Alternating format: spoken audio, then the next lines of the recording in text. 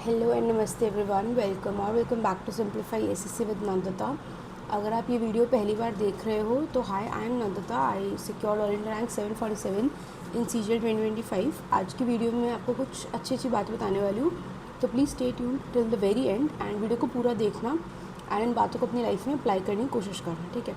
सबसे पहले तो मैं बता दूँ फॉर दोज पीपल जो मेरा चैनल फर्स्ट टाइम देख रहे हैं कि एक बार डिस्क्रिप्शन बॉक्स चेकआउट कर लेना। आपको वहाँ पे टेलीग्राम चैनल, टेलीग्राम ग्रुप का लिंक मिल जाएगा और आपको मेरी सारी की सारी प्लेलिस्ट्स मिल जाएंगी, जैसे कि आप पिछली स्लाइड में देख भी सकते हो। मेरी स्ट्रैटेजी वीडियोज़ हैं, जिसमें एक ये बहुत अच्छी वीडियो है स्टॉप फॉरगेटिंग जीएस वाली, जिसमें कि मैंने अपनी 10 स्ट्रैटेजीज़ बताई कि मैं किस तरह से चीज़ें रिवाइज़ करती थी जिससे कि वो ज़्यादा लंबे टाइम तक याद रहे, ठीक है। देन मेरी one topic one video revision series है, जिसमें जीएस की भी है एंड मैथ्स की भी है। मैथ्स वाली तो ट्रस्ट में इससे ज़्यादा फ्रूटफुल आपको कोई मिलेगी नहीं, ये मेरा पक्का प्रॉमिस है। And specially in today's era जहाँ पर ऐसे कॉन्सेप्चुअल क्वेश्चंस ज़्यादा पूछ रहा है, ठीक है, चाहे वो पॉलिनोमियल्स की होगी, चाहे वो प्राइम नंबर्स की होगी। तो मैंने जब नया नया चैनल शुरू किया था तब बनाई थी, ठीक है।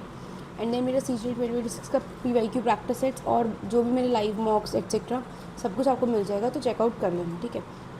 तो अब बेसिकली मैं वीडियो क्या बना रही हूँ, मोस्ट लाइकली देखो अभी तो मैं बना रही हूँ, तो वीडियो का टाइटल यही होगा कि लास्ट 75 या last 70 days strategy for CGL, ठीक है। बट मेरा जो मोटिव है वो थोड़ा सा डिफरेंट है, क्योंकि देखो इस टाइम सब आपको बता रही हूँ कि ये सीरीज़ कर लो, इतना ये ऐसे पढ़ लो, इतनी बार सिलेबस कर लो, एटसेट्रा एटसेट्रा, ये वाली प्लेलिस्ट कवर कर लेना, इतने मॉक टेस्ट कर लो, हमारा ये शेड्यूल ग्रुप ज्वाइन कर लो, चल रहा है ना 75 days schedule etcetera etcetera, target series etcetera, ठीक है। तो उन सब चीज़ों से हट के मैं कुछ अपने टिप्स देना चाहती हूँ, बिकॉज आज सुबह सुबह ना मुझे अपने टाइम की याद आ रही थी कि जब मेरा एग्ज़ाम था तो 70 डेज़ पहले मेरा क्या माइंडसेट था, मेरी क्या हालत होती थी, तो किन किन चीज़ों का आपको इस टाइम ध्यान रखना चाहिए, तो मैं उन चीज़ों की बात करना चाहती हूँ, ठीक है। तो बेसिकली वीडियो माइंडसेट के बारे में है और कुछ स्ट्रैटेजीज़, कुछ स्टडी टिप्स, कुछ प्रोडक्टिविटी टिप्स के बारे में, ठीक है। सबसे पहली बात तो जो मैं करना चाहती हूँ वो ये है कि अपना एक ना स्वीट स्पॉट ढूंढ लो टाइम का, ठीक है, प्लेस एंड टाइम दोनों का। आपको घर में जहाँ पे शांति से पढ़ाई होती है, अभी तो देखो गर्मी है तो फैंस ऑन हो जाते हैं, तो बाहर का शोर उतना नहीं आता है, बट जब तक मेंस आएगा तब तक ठंड भी हो चुकी होगी एंड शोर भी बहुत होगा। तो अपनी ऑलरेडी एक जगह ढूंढ लो जहाँ पे आपको अच्छे से पढ़ाई होती है, अपना एक टाइम ढूंढ लो। लेकिन बट रिमेंबर कि जिस दिन भी शिफ्ट आपको पता चल जाएगी ना कि आपकी कब हो रही है, चाहे तो इस बार स्लॉट फिक्सिंग हो रही है नहीं हो रही, मैं आई एम श्योर नहीं हूँ, बट अगर वो स्लॉट भरने वाला आता है और आपने मान लो सेकंड शिफ्ट भर दी, तो आपको पता है सेकंड शिफ्ट का पेपर इतने बजे होता है, तो उतने बजे आपको एवरी डे फिर मॉक लगाना ही लगाना है, ताकि आपका माइंड उस हैबिट में हो। और जब तक वो नहीं पता चलता तो जिस टाइम आपकी पढ़ाई बेस्ट होती है उस टाइम कर लो। ऐसा कोई हार्ड एंड फास्ट रूल नहीं कि सुबह पढ़ने वालों को एग्जाम के लिए होता है, रात में पढ़ने वालों का। मैं तो वो इंसान भी नहीं हूँ जिसने रोज़ सेम टाइम पढ़ा है। मेरा तो 10 दिन 5 AM की रूटीन चलती थी, फिर नहीं हो रही भाई पढ़ाई सुबह उठ के, कुछ एक रीज़न हो गया, किसी एक दिन नींद लेट खुली, तो कॉम्पनसेट करने के लिए रात को लेट पढ़े, तो फिर कई दिन तक 8 बजे का रूटीन चल रहा है, किस दिन 11 AM का चल रहा है। तो I was not even 100% and yet मेरा क्लियर हो गया एग्ज़ाम, ठीक है। और अगर मेरा कंप्यूटर में अच्छे मार्क्स होते तो भाई मेरे को मेरी मर्ज़ी की जॉब भी मिल जाती है ना। तो ये चीज़ों को ध्यान में रखो कि पीपल विल टेल यू कि मॉर्निंग पर्सन बनो, रात में पढ़ाई करो, लोगों की बातों को छोड़ो, अपना जिस टाइम आपकी प्रोडक्टिविटी बेस्ट होती है, जिस टाइम आपको सबसे ज़्यादा पीस मिल सकता है, आप उस टाइम पे पढ़ो, ठीक है। पहली बात तो ये थी। लेकिन इस बात को ध्यान रखना है कि जिस दिन शिफ्ट पता चल गई उस दिन आपको उसी टाइम पे मॉक देना स्टार्ट करना है। नेक्स्ट पॉइंट ये है टेलीग्राम ग्रुप्स के बारे में कि भाई बहुत ज़्यादा आप लोग अपनी एनर्जी को स्पेंड करते हो वहाँ पे, ये काम नहीं करना है। या तो एग्ज़िट कर दो कम्प्लीटली, या फिर बिल्कुल completely from a selfish perspective देखो कि आपने अपने एक ब्रेक लिया, उसमें आपको आपने नहीं, ब्रेक भी नहीं, आप पढ़ रहे हो, आपको 2 मैथ्स के क्वेश्चन नहीं हुए आपसे, आपने डाउट है, ठीक है, उनको साइड में रख दो, फ़ोन मत उठाओ अभी, ठीक है। फ़ोन कब उठाओगे? जब अपना वो स्टडी सेशन आपका फिनिश हो गया, आपने अपने ब्रेक के लिए अपना फ़ोन उठाया, आपने वो क्वेश्चंस को उस ग्रुप के अंदर पोस्ट कर दिया एज डाउट कि hello everyone please help me solve this whatever, ठीक है। अब आप वापस अपना पढ़ने लग गए नेक्स्ट सेशन, मे बी वो किसी और सब्जेक्ट का है, मे बी वो किसी और टॉपिक का, व्हाटएवर। देन आपने लिया अपना नेक्स्ट ब्रेक में you will come and check कि क्या उसका सोल्यूशन किसी ने पोस्ट किया। अगर नहीं किया तो इट्स ओके, किसी और ग्रुप में ट्राई कर लो, किसी को टैग कर सकते हो तो कर लो, बट बैठ के स्क्रोलिंग मत करते रहो टीजी ग्रुप्स में, चैटिंग मत करो, please do not do that, you are just wasting your time, trust me, ठीक है। मतलब जो लोग एक्चुअली में एग्जाम क्लियर कर जाते हैं वो लोग चैटिंग में तो कभी नहीं घुसते होंगे, या तो उनके ऐसे दोस्त होते हैं, या तो अपने ऐसे दोस्त बनाओ जिनसे चैट भी कर रहे हो, तो मार्क्स की, हेल्दी कंपटीशन की, ये सब बातें हो रही हैं, ठीक है। एंड वो भी ब्रेक टाइम में ही हो रही है। मतलब बेसिकली स्टडी टाइम तो आपका इस सब में कंज्यूम होना ही चाहिए। Which bring me to my next time कि जो आपका स्टडी टाइम है ना वो बहुत बहुत बहुत ज़्यादा इंपॉर्टेंट होता है, ठीक है। तो एक टर्म होती है, एक बुक है डीप वर्क करके, उसके अंदर एक टर्म है, जस्ट अ सेकेंड, बुक है डीप वर्क, उसके अंदर एक टर्म बताई उन्होंने कि which is called monastic philosophy. तो इसके अंदर आपको क्या करना है, 90 मिनट का सेशन लगाना है, ठीक है। और ये जो होती है ना आजकल पोमोडोरो टेक्निक चल रही है, उसमें मत जाना। क्यों? क्योंकि 1 घंटे का पेपर देते हो तो आपको उस 1 घंटे तो फोकस रहना ही रहना है। उससे पहले आपको 30 मिनट वो भी फोकस रहना है जब आसपास सब टेंशन चल रही है, यार रफ शीट कब मिलेगी, यार ये पेन नहीं दे रहे, यार मेरी स्क्रीन तो नहीं टूट जाएगी बीच में, यार मेरा कनेक्शन तो नहीं टूट जाएगा बीच में। ये सब चीज़ों से जो दिमाग में चलती रहती है ना, वो टाइम में भी आपको कम्प्लीटली काम रह के अपने आप को सिर्फ और सिर्फ breathe in breathe out exercise करके काम रख के अपने आप को उस 1 घंटे के लिए रेडी करना है। तो वो 30 मिनट की प्रैक्टिस होनी चाहिए, इसलिए 90 मिनट्स का तो मिनिमम अपना सेशन रखो, ठीक है। तो इस 90 मिनट के सेशन में number 1 thing that you need is total immersion. लेकिन क्या मतलब है इसका कि आप पूरी तरह से उस टाइम सिर्फ और सिर्फ पढ़ाई में ही डूबे होने चाहिए, nothing else. Number 2 is zero distractions, ठीक है। आपका फ़ोन नहीं होना चाहिए साइड में, आपका फ़ोन पर नोटिफिकेशन आ रहा है, बीच में फ़ोन स्क्रॉल कर रहे हो, ये सब नहीं होना चाहिए। आपके माइंड में उल्टे सीधे थॉट्स आ रहे हैं, XYZ इंसान की याद आ रही है, ये सब चीज़ें नहीं करनी है, ठीक है। ये सब चीज़ें करोगे तो आपको जो आपका आउटपुट है ना बहुत ही हाई वैल्यू आउटपुट मिलेगा। कहने का मतलब ये है कि अगर आप 1 घंटा फोकस होकर पॉलिटी रिवाइज करोगे ना तो बहुत कुछ याद कर पाओगे। लेकिन अगर 10 मिनट पढ़ रहे हो, 10 मिनट कुछ और कर रहे हो, 10 मिनट कुछ और कर रहे हो, तो 1 घंटा भी पढ़ोगे ना चाहे ओवरऑल, लेकिन उसमें से याद बहुत कम चीज़ें रख पाओगे, रिटेन बहुत कम कर पाओगे, ये प्रॉब्लम है, ठीक है। नेक्स्ट पॉइंट ये है कि ब्रेक्स का क्या करना है, ठीक है। जो से भी बोले ना कि स्टडी ब्रेक में TG पे आओ, अपना क्वेश्चन पोस्ट करो, चले जाओ, दैट इज़ ऑल, ठीक है। स्क्रीन टाइम कम से कम रखो, बिकॉज आजकल हम सब कुछ ऑनलाइन पढ़ते हैं, हम मॉक्स ऑनलाइन दे रहे हैं, फिर मॉक्स को एनालाइज कर रहे हैं, और कई बार तो मॉक्स का जो एनालिसिस है वो भी ऑनलाइन क्रिएट कर रखा है। तो ब्रेक टाइम में जो है आपको स्क्रोलिंग नहीं करनी है, ठीक है। स्क्रीन टाइम अवॉइड करना है, स्क्रोलिंग नहीं करनी है, ये चीज़ तो बिल्कुल भी नहीं करनी है, ठीक है। Most importantly anything that drains your energy, no, you have to do things that rejuvenate your energy, ठीक है। जैसे कि स्ट्रेचिंग कर लो, ठीक है, वॉकिंग कर लो, जस्ट लाफ आउट लाउड, ठीक है। स्क्रीन टाइम मत करो, बेसिकली ईयरफोन्स लगा लो, यू कैन स्क्रीन उल्टी कर दो फ़ोन को एंड कोई स्टैंड अप कॉमेडी सुन लो, ठीक है। ताकि उस टाइम के लिए आपका माइंड, ब्रेक का मतलब यही है कि उस ब्रेक टाइम में पढ़ाई की बात नहीं होनी है, ठीक है, एंड एनर्जी ड्रेन नहीं करनी है। 2 पॉइंट है कि एक तो एनर्जी ड्रेन नहीं करनी है, दूसरा पढ़ाई की बात नहीं करनी है। 1.5 आवर का सेशन लगाया पढ़ाई का, तो 15 मिनट के ब्रेक में कुछ भी ऐसा कर लो जिससे कि आपका माइंड जो है पढ़ाई से डिस्ट्रैक्ट हो जाए, ठीक है। कुछ बहुत सारी चीज़ें कर सकते हो, just for example organise your room, organise your study stuff, अपनी स्टडी टेबल की क्लीनिंग कर लो, अपनी बुक्स को ऊपर नीचे कर लो, अपने नोट्स को ऑर्गेनाइज कर लो, ये सब चीज़ें कर लो ताकि आपका माइंड जो है, एंड ऑर्गेनाइजिंग से to be very much it's scientifically proven कि माइंड को और बेटर थॉट मिलता है, क्लैरिटी मिलती है। तो ये सब चीज़ें आप कर सकते हो, ठीक है। नेक्स्ट चीज़ मैं बोलूँगी इज़ कंपैरिजन लॉकडाउन। ये बहुत इंपॉर्टेंट चीज़ है कि आपको कंपैरिजन नहीं करना है, ठीक है, किसी और एक इंसान के जिसके 160 प्लस कंसिस्टेंटली आ रहे हैं। तो 2 रीज़न है, या तो वो बहुत ज़्यादा मेहनत कर रहा है अगर फर्स्ट अटेम्प्ट न्यू है और वो इंटेलिजेंट भी, या फिर दूसरी बात है भाई वो भी बहुत स्ट्रगल करके उसने बहुत 120 130 140 वाले मार्क्स को पीछे छोड़ा है, तब जाके वो यहाँ पहुँचा है। तो अगर आप बहुत सारी पढ़ाई करोगे तो आप अल्टीमेटली उस स्टेज पे पहुँच जाओगे, लेकिन अभी do not compare your self with others. एक लाइन है ना, बहुत फेमस कोट है कि do not compare your first chapter with others 10th chapter. की कोई इंसान 2 अटैम्प्ट देके एक स्टेज पे पहुँचा है जहाँ पर कि उसकी मैथ्स की स्पीड बहुत अच्छी हो गई है, उसको GS की बहुत सारी चीज़ें याद हो गई है। तो अभी आप उस स्टेज पे नहीं हो, maybe because you are a beginner, ठीक है। आपने 6 महीने पहले तैयारी शुरू की है, आप अभी सिलेबस कंप्लीट कर रहे हो, तो आप उस इंसान से कैसे कंप्लीट कर सकते हो जिसने 4 6 10 बार शीट्स लगा रखे हैं, जिसने पता नहीं हंड्रेड्स ऑफ मॉक्स दे रखे हैं। नहीं कर सकते ना अपने आप को कंपैरिजन, तो चिंता मत करो, ठीक है। कंपैरिजन करके सैड मत हो, कुछ करना है तो उससे बस सीखो कि अच्छा उस इंसान ने ये चीज़ को ऐसे नहीं ऐसे किया, तो मैं इससे क्या सीख सकता हूँ, ठीक है। Your focus should be what can I learn from it when you see somebody scoring marks, ठीक है। या जैसे किसी ने मॉक की वीडियो डाली, जैसे मैं डालती हूँ, तब ये देखो what can I learn from it, यानी हाउ शी डिड इट, ठीक है, why she did it, why can't I do it पे तो बिल्कुल फोकस नहीं करना है, ठीक है। Why can't I do it, ये कभी फोकस नहीं करना है, कभी भी अपने दिमाग से ये चीज़ निकाल दो, वाह यार उसके आगे मेरे नहीं आते, ये वो नहीं, ये कंपैरिजन हटा दो, 1000% हटा दो, ठीक है। नेक्स्ट चीज़ मैं बोलूँगी क्राई, वर्क, रिपीट, ठीक है। जब आपका मूड ऑफ है, रो लो, पढ़ाई कर लो, रिपीट कर लो, ठीक है। 2 तरीके होते हैं, या तो आप कोने में बैठ के सैड होकर मुंह बंद करके बैठे रहो, ठीक है, ओवर थिंक करते रहो। दूसरा तरीका है, कुछ प्रॉब्लम है, आधा घंटा 10 मिनट उसके लिए रो, और फिर उसके बाद वापस से बहुत सारी पढ़ाई करो, ख़त्म करो कहानी। दोबारा मूड ऑफ पर रो लो, अपने आप से बकवास कर लो, जो भी करना कर लो, वापस से पढ़ाई करो, ख़त्म कहानी। बेसिकली ओवर थिंकिंग मत करो कोने में बैठ के अकेले, ठीक है, उससे टाइम वेस्ट होता है। रोने से एटलीस्ट थोड़ा प्रोडक्टिव लगता है कि अच्छा चलो ठीक है, रोने से दिल की बात बाहर आ गई, एक्सेट्रा एक्सेट्रा, ठीक है, तो वो कर लो। लेकिन कोने में बैठ के अपना टाइम मत वेस्ट करो, आपका टाइम बहुत प्रीशियस है, ये बात देखो, ठीक है। तो जो भी चीज़ आपका टाइम वेस्ट करवा रही है वो आपको नहीं करनी है, ठीक है। Next point is no zero days. अब से लेकर जब तक आपका मेंस क्लियर नहीं हो जाता एक भी दिन, चलो मेंस क्लियर नहीं बोलती, प्री का जिस दिन रिजल्ट आएगा तब उस दिन ब्रेक ले लेना, बट कोई भी ऐसा दिन नहीं होना चाहिए जिस दिन हमने कोई पढ़ाई नहीं की, बिल्कुल ज़ीरो नहीं की, जिस दिन कुछ भी पढ़ाई नहीं हो रहा, कुछ बिल्कुल बहुत बर्नड आउट है, मन नहीं कर रहा, तो एक मॉक दे लो, एक इंग्लिश माध्यम का एडिटोरियल लगा लो, एक कैलकुलेशन का सेट लगा लो, बस इतना कर लो, बहुत है, ठीक है।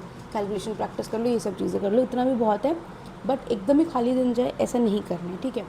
नेक्स्ट बहुत ही इंपॉर्टेंट प्रोडक्टिविटी स्टडी हैक है मेरे अकॉर्डिंग, मॉक देना आपको हर टाइप की फीलिंग और सिचुएशन में। Trust me that helps, because हम बोलते हैं ना यार घर पे तो सब ठीक होता था, बट पेपर में जाके बहुत पैनिक हो गया, I was stress, I was worried, इसीलिए मेरा पेपर अच्छा नहीं हुआ। तो जिस टाइम आपको सबसे ज़्यादा एंग्जाइटी हो रही हो ना कि मेरे पता नहीं क्या होगा पेपर में, पता नहीं क्या होगा रिजल्ट एक्सेट्रा एक्सेट्रा, या जिस टाइम बहुत ज़्यादा ओवर थिंकिंग हो रही हो, सब कुछ छोड़ के ना एक तो मॉक लगा लो। ये चीज़ मैं टेलीग्राम पे ऑलरेडी भी बता चुकी हूँ। क्योंकि देखो, एक तो अब आप ओवर थिंक क्यों कर रहे हो, क्योंकि आपके ब्रेन के पास इतना सारा खाली वक्त है, इसलिए करे जा रहे हो। लेकिन जब आप मॉक लगा रहे हो और तो सेक्शनल टाइम नहीं आ गई, पर 15 मिनट का टाइमर लगे जा रहा है और आप इतनी मेहनत से पढ़ाई कर रहे हो, तो आपका दिमाग बोलेगा ना कि नहीं यार मैं पढ़ाई कर रही हूँ, तो मेरे को फटाफट क्वेश्चन सॉल्व करने तो आप 15 मिनट में क्वेश्चन सॉल्व करोगे, तो आपका एटलीस्ट वो 1 घंटा ना मॉक के आपका माइंड इन सब बातों से हट के सिर्फ और सिर्फ उस पढ़ाई पे आ जाएगा। तो 2 तरीके होते हैं, क्या होगा, आपके मार्क्स में अच्छे मार्क्स आ गए तो आपको लगेगा कि हाँ यार ठीक है, मैं तो अच्छा कर रही हूँ, मुझे इतनी ओवर थिंकिंग नहीं करनी चाहिए, और अगर बुरे है तो आपको लगेगा यार मैं ओवर थिंकिंग में कितना टाइम वेस्ट करूँ, इससे अच्छा तो मैं पढ़ाई कर लूँ। तो एनी विच वे मॉक लगाना आपके लिए उस टाइम पर बेनिफिट चीज़ होगी, ठीक है। और दूसरी चीज़ से क्या होती है कि जब आप मान लो एग्ज़ाम के लिए आप बहुत वरीड हो, कुछ भी है, तो आपको ऑलरेडी आदत है कि जब आपका दिमाग ऑलरेडी एंजाइटी में है, जब आपका दिमाग ऑलरेडी वरीड है, तब भी आप कैसे 160 प्लस स्कोर 150 प्लस स्कोर कैसे ला सकते हो, तब भी आप अपना बेस्ट कैसे परफॉर्म कर सकते हो अपने को काम रख के, वो प्रैक्टिस आपको ऑलरेडी है, ठीक है। तो सुबह सुबह कम नींद हुई है जिस दिन, लोग बोलते हैं ना नींद पूरी लो पेपर से पहले, बट नहीं आती ना, हम एवरीबडी टेल्स इसकी पेपर से पहले फुल नींद लो, बट हमें तो नहीं आती पूरी नींद। तो इसलिए जिस दिन आपको नींद नहीं होती ना, जिस दिन आप स्लीप डिप्राइव्ड हो, उस दिन भी सुबह सुबह उठो, मुँह धो के मॉक देने बैठ जाओ। जिस दिन आपको लग रहा है कि यार बहुत लेट हो गया, आज तो बहुत थक गए, मन के लिए पढ़ाई करने का, सोने से पहले एक मॉक दे लो। उससे क्या होगा कि व्हाट इफ़ मतलब एग्जाम से 1 दिन पहले आपकी तबीयत बहुत ख़राब हो, आपको नींद भी ना मिले, आपको बहुत हालत ख़राब हो फिजिकली भी मेंटली भी, तो उस दिन भी आप मॉक में अच्छा कब परफॉर्म, पेपर में कब अच्छा परफॉर्म कर पाओगे, जब आपने हर हालत में मॉक दिया होगा। तो ये चीज़ ट्राई करना, एक हैक है। आई नो बहुत कम लोग इस चीज़ की बात करते हैं, बट ट्रस्ट में ये हैक बहुत यूज़फुल है।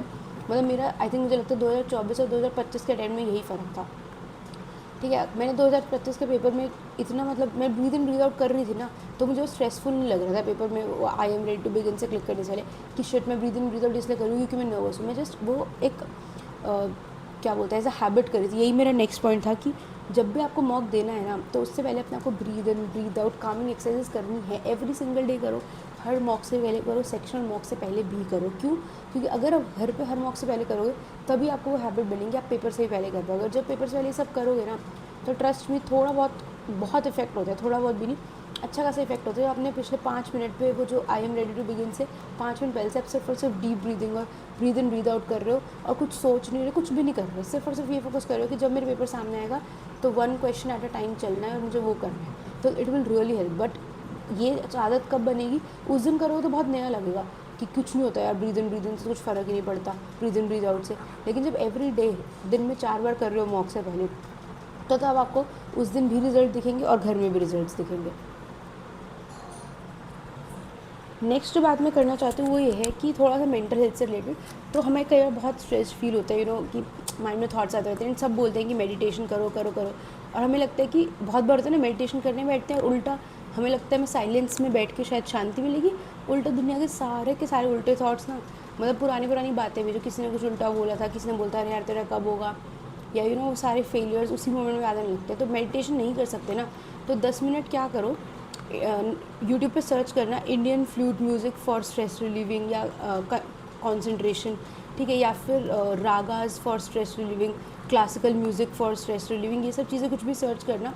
और ना 10 मिनट बैठो आंख बंद करके and just try to listen to that, ठीक है। मतलब अगर कुछ नहीं हो रहा ना तो बस just admire the beauty, just leave your studies apart, everything, forget everything in the world, and ये सोचो कि एक बैम्बू स्टिक से किस तरह से जस्ट कुछ होल्स करके इतना अमेजिंग, मतलब out of the world music बनाया जा सकता है। तो 10 मिनट वो सुन लो, ट्रस्ट मी, बहुत ज़्यादा माइंड कामिंग इफेक्ट होता है, बहुत कामिंग फील होता है। दूसरी बात, अगर पढ़ते हुए बहुत स्ट्रेस हो रहा है एंड लग रहा है कि फोकस नहीं हो पा रहा, कॉन्सेंट्रेशन नहीं हो रही, तो वाइट नॉइज़, ठीक है, या फिर एक चीज़ होती है बाइऑर्डिनल बीट्स, ठीक है, ये यूट्यूब पे सर्च करना है, इसके आगे लिख भी देना फॉर स्टडी या फॉर कंसंट्रेशन, इस तरह से, एंड ये दोनों प्ले करके थोड़ी देर पढ़ाई करके देखना, काफ़ी आपको मतलब ऐसा लगेगा कि ठीक है, हाँ, मतलब दिमाग जो है वापस सिर्फ पढ़ाई पे आ रहा है, आउटसाइड बातों से ध्यान हट रहा है, ठीक है। अगला पॉइंट्स ये, मॉक्स भर भर भर के देने हैं, देने हैं, देने हैं, इस बात को गांठ बांध लो, ठीक है। सेक्शनल देने हैं, टाइम मैनेजमेंट के मॉक्स देने हैं, फुल मॉक्स भी दो, बट क्योंकि अब सेक्शनल टाइमिंग आ गई तो सेक्शनल मॉक्स की इंपॉर्टेंस ज़्यादा होगी एट दिस पॉइंट, लेकिन फुल मॉक्स इसलिए देने क्योंकि 1 घंटा कॉन्टीन्यूसली एक के बाद एक हर सेक्शन करने की आदत हो। मैंने अपने एक जो लाइव मॉक किया था जिसमें मेरी रीजनिंग ख़राब हो गई थी टेक्स्ट बुक के मॉक में, तो मैंने वही चीज़ बोली थी, रीजनिंग का जीके थी तो फ़ायदा हो गया, क्योंकि रीजनिंग ख़राब हुई तो जो लास्ट मोमेंट पे क्वेश्चन छूटा, जो स्ट्रेस हुआ, तो क्योंकि जीके थी एंड जीके में टाइम भाग रहा था, मतलब भागने की ज़रूरत नहीं होती, तो मुझे 1 से 2 मिनट मिल गए अपने आप को काम डाउन करने के, कि नहीं इट्स ओके, कोई बात नहीं, रीजनिंग ख़राब हो गई, मैं बाकी पेपर अच्छा करूँगी। रीजनिंग अगर गलती से मैथ्स होता और मैं 1-2 मिनट वेस्ट कर देती तो मेरे को और पैनिक हो जाता है, यार मेरे को बस तो 15 की जगह 13 मिनट बचे हैं। तो इसलिए सेक्शंस तो 2 ही दो, लेकिन 1 घंटे का पूरा मॉक इसलिए भी देना है कि एक के बाद एक के बाद एक के बाद एक सेक्शन देने की आदत हो। एक सेक्शन ख़राब हो गया तो उसको दूसरे सेक्शन को अफेक्ट नहीं करने देना है, ये चीज़ अप्लाई करने के लिए, ठीक है। क्योंकि मॉक्स सिर्फ और सिर्फ इसलिए नहीं होते कि भाई हाँ ठीक है मुझे क्या आता है क्या नहीं आता, मॉक्स में अटेम्प्टिंग स्ट्रैटेजी, माइंडसेट, प्रैक्टिस, ये सब चीज़ें भी इक्वली इंपॉर्टेंट होती हैं, इन बात को ध्यान रखना, ठीक है। तो ओके, हाँ, हमारी ये बात हो गई, मेंटल हेल्थ वाली बात होगी, मॉक्स की बात हो गई। हाँ, एक बात ये कि सेक्शनल और फुल मॉक्स के अलावा टॉपिक वाइज रिवीजन मत रोकना, ठीक है, क्योंकि टॉपिक वाइज रिवीजन भी बहुत इंपॉर्टेंट है। लेकिन टॉपिक वाइज में एक बात ध्यान रखना, अगर अभी तक नहीं बनाई है ना, तो एक अपनी लिस्ट बना लो हर सब्जेक्ट की, वीकेस्ट टू स्ट्रॉन्गेस्ट टॉपिक्स की, एंड इस ऑर्डर में रिवाइज़ करो, ठीक है। मतलब किसी ने बोला है कि अगर ना 30 दिन में दोबारा से सारे सिलेबस रिवाइज़ करना चाहिए, तो भाई ज़रूरी नहीं परसेंटेज रेशो से शुरू करना, नहीं ना, वीकेस्ट टू स्ट्रॉन्गेस्ट के ऑर्डर में रिवाइज़ करो अब से लेकर अब तक। ज्योमेट्री रिवाइज़ करो, फिर मेंसुरेशन कर लो, फिर ट्रिग्नोमेट्री कर लो, फिर 4 टॉपिक्स करने के बाद वापस से ज्योमेट्री की रिवीजन में जो अपनी शीट्स के अंदर क्वेश्चंस पे सर्कल लगाए थे ना कि यार ये पहली बार में नहीं हुए, उनको जाके करो, फिर मानो अब फिर तीसरी बार कुछ करो, टॉप रिवाइज कर लो, कुछ भी ऐसा कर लो, बट करना वीकेस्ट टू स्ट्रॉन्गेस्ट के ऑर्डर में पढ़ाई है। लेकिन ये भी नहीं कि स्ट्रॉन्गेस्ट को बिल्कुल इग्नोर करना है, ऐसा नहीं कि परसेंटेज छोड़ दो, पता चले 2-3 टाइप्स हैं जो परसेंटेज में और वो स्ट्राइक ही नहीं करे। जैसे होता है ना, एक फ्रूट वाला होता है कि ड्राई फ्रूट, वेट और फ्रेश फ्रूट वाला, कई बार लोग को स्ट्राइक ही नहीं करता, पढ़ते रहते इतने एडवांस सब कर लिया लेकिन बेसिक क्वेश्चन स्ट्राइक नहीं किए। तो इनको छोड़ना नहीं है, लेकिन पहले इनको करना है फिर इनको करना है, ठीक है। लाइक 4 चैप्टर्स इसके कर लिए, फिर एक चैप्टर नीचे से उठा लो, ऐसे कर लो। या तो 4 चैप्टर्स अपने ऊपर वाले उठा लिया एडवांस के डिफिकल्ट वाले, फिर एक चैप्टर नीचे से उठा लिया, तो ये थोड़ा लाइट भी हो गया, बीच में ब्रेक भी मिल गया। ऐसा नहीं कि एक के बाद एक हैवी पढ़ाई करे जा रहे हो, लेकिन ये भी नहीं हुआ कि आपने कुछ छोड़ा, ठीक है। तो बैलेंस बना रहेगा।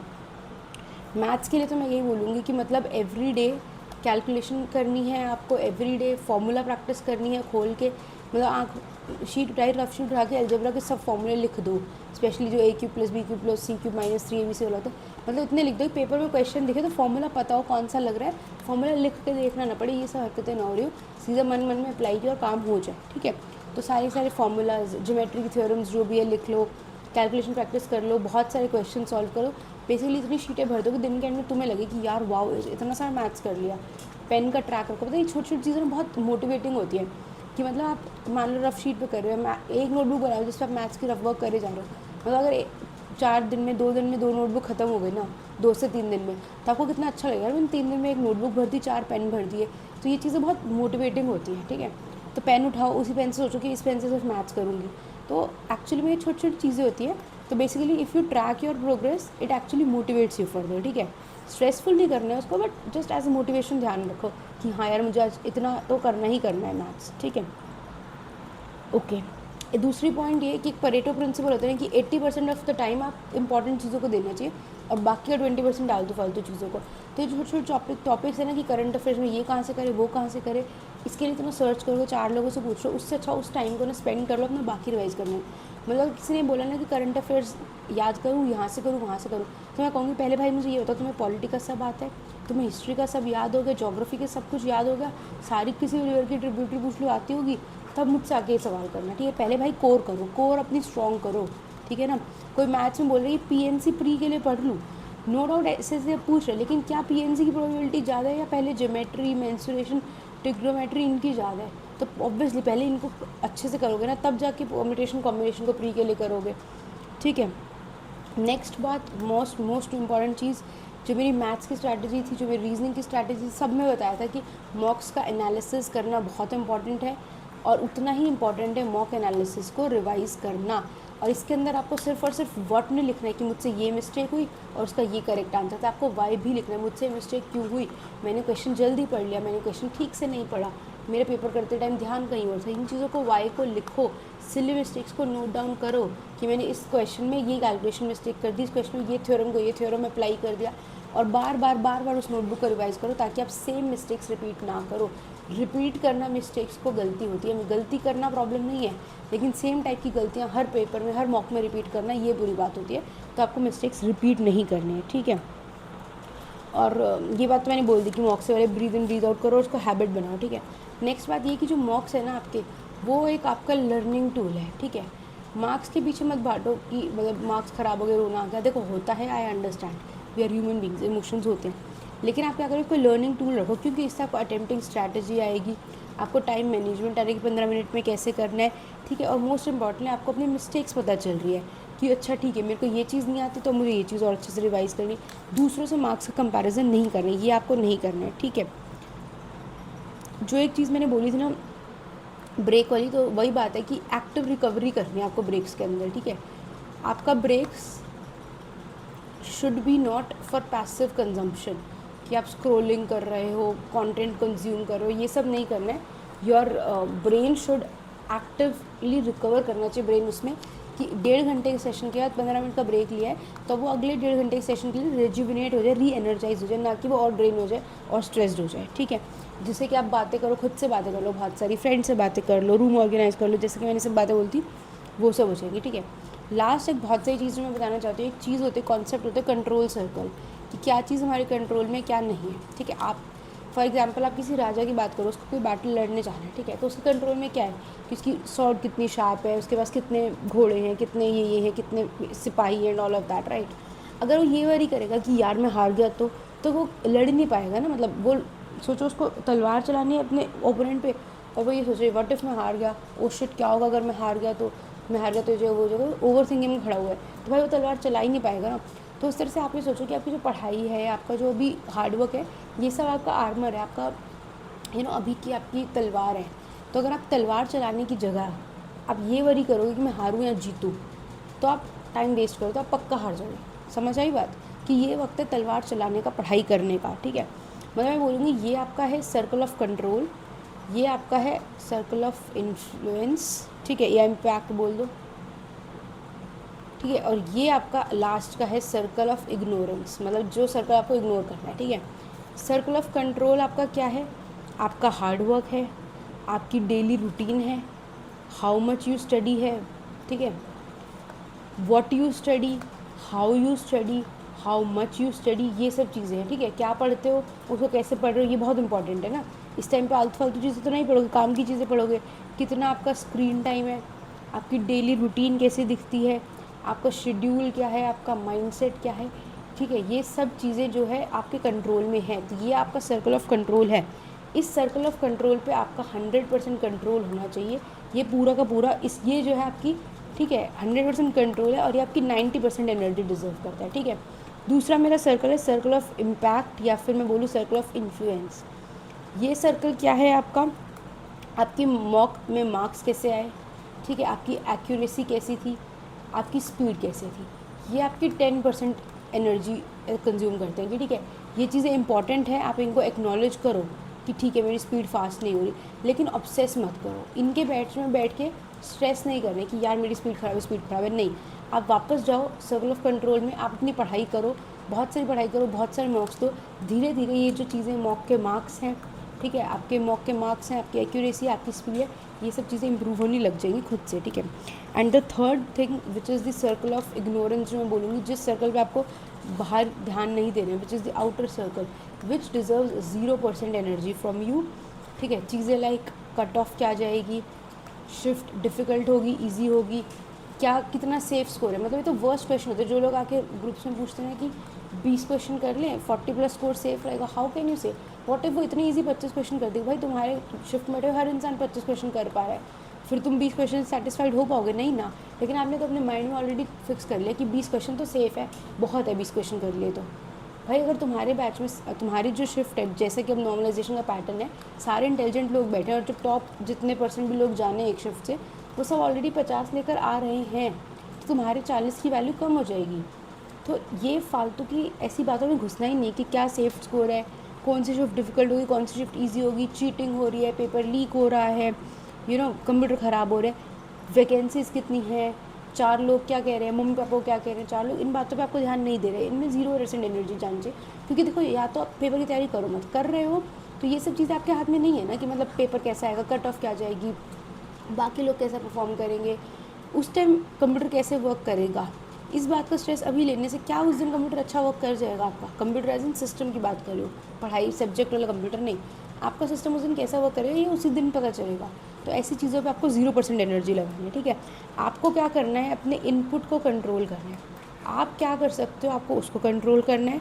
ठीक है, and then the output will take care of itself. ठीक है, इसको किसी भी टर्म से बोलेगा तो वो 3 इडियट्स वाला डायलॉग बोलो कि मेहनत करो सक्सेस झक मार के पीछे आएगी, या वो भगवद गीता वाली बात बोल दो, कर्मण्येवाधिकारस्ते मा फलेषु कदाचन, कि भाई आप अपना कर्म करो, आप अपना इनपुट करो, आउटपुट कैसा होगा उससे आप डिटैच हो। ठीक है, कि जो भी होगा वो इनपुट के बेसिस पे ही होगा ना, जैसा आप काम करोगे वैसा आपको रिजल्ट मिल जाएगा, बस ये सोच के चलो। ठीक है, लास्ट में बात यही बोलूँगी कि ठीक है, लास्ट स्टडी टिप्स में ये बोल दूँगी कि एक्टिवली स्टडी करना है, लिख लिख के पढ़ना है, सिर्फ और सिर्फ चीज़ों को ऊपर से रीड नहीं करना है, चाहे वो मैथ्स के फॉर्मूले हैं, चाहे वो जीएस है, मतलब हाथ रख के बोल के पढ़ने की कोशिश करूँगी। सारी की सारी चीज़ें जो जीएस की मैंने स्टडी टिप्स दी थी, उसमें सारी चीज़ें सारे सब्जेक्ट्स पे अप्लाई होती है, चाहे वो जीएस है, चाहे वो मैथ्स है, चाहे वो कुछ भी है। तो उस वीडियो को एक बार देख लेना। ठीक है, उसके अलावा मैंने रीजनिंग की पीडीएफ्स अपलोड की हुई हैं बहुत सारी, शायद कोडिंग डिकोडिंग की बचे, वो कर दूँगी आजकल में। बाकी जितनी भी ना, चाहे वो नंबर एनालॉजी की होती है, चाहे वो अपना लेटर्स वाली एनालॉजी की, ऑड वन आउट की है, मैंने तो डाइस क्यूब ये सब भी की थी। तो एक बार ना जाके reasoning PDFs, reasoning word search कर लेना टेलीग्राम चैनल पे, तो आपको मिल जाएगा, या हो सकता है मैं पूरा मैसेज फॉरवर्ड कर दूँगी जिसने मैंने टाइप की हुई है, तो एक बार वो भी चेकआउट कर लेना। तो रीजनिंग में बस यही करना है आपको कि वो सारी की सारी जो पीडीएफ्स हैं उनको रिवाइज़ करते रहो, प्रिंट करवा लेना चाहे तो उसमें सारे के सारे पैटर्न्स लिखे हुए हैं, जितने मुश्किल पैटर्न्स फ्रीक्वेंटली आज पैटर्न्स होते थे, तो उनको रिवाइज़ करते रहने से क्या होगा कि जब भी पेपर में कोई क्वेश्चन दिखेगा तो पैटर्न दिखना बहुत आसान हो जाएगा, जल्दी जल्दी दिखने लग जाएगा। ठीक है, और उसके अलावा मॉक्स देते रहो, मॉक्स का एनालिसिस करते रहो। मैथ्स में बहुत सारी शीटें भर दो, जितनी कैलकुलेशन प्रैक्टिस कर लो, इतने मॉक्स रिवाइज कर लो, इतनी वो कर लो कि भाई मैथ्स का डर दुनिया से ख़त्म हो जाए। मतलब तुम्हें यूँ लगे कि 50 तो मैं ला ही सकता हूँ, कितने भी पेपर आ जाए कैसा भी। ठीक है, जीएस भी रिवाइज़ कर लो, इंग्लिश भी रिवाइज़ कर लो, और अपने वीक पॉइंट्स पे ध्यान देते रहो, उनको छोड़ो मत बस। ठीक है, and that is it from my side. ठीक है, कुछ भी डाउट्स हो आपको किसी भी तरह के तो ऑब्वियसली आप कमेंट सेक्शन में पूछ सकते हो, टेलीग्राम पे पूछ सकते हो, बट टेलीग्राम ग्रुप में चैटिंग कोई नहीं करेगा। ठीक है, thank you for watching this video everyone. अच्छी लगे तो कमेंट करके बताना कि येस ये टिप्स अच्छे लगे, हम अप्लाई करने की कोशिश करेंगे। ठीक है, thank you everyone, bye, have a nice day.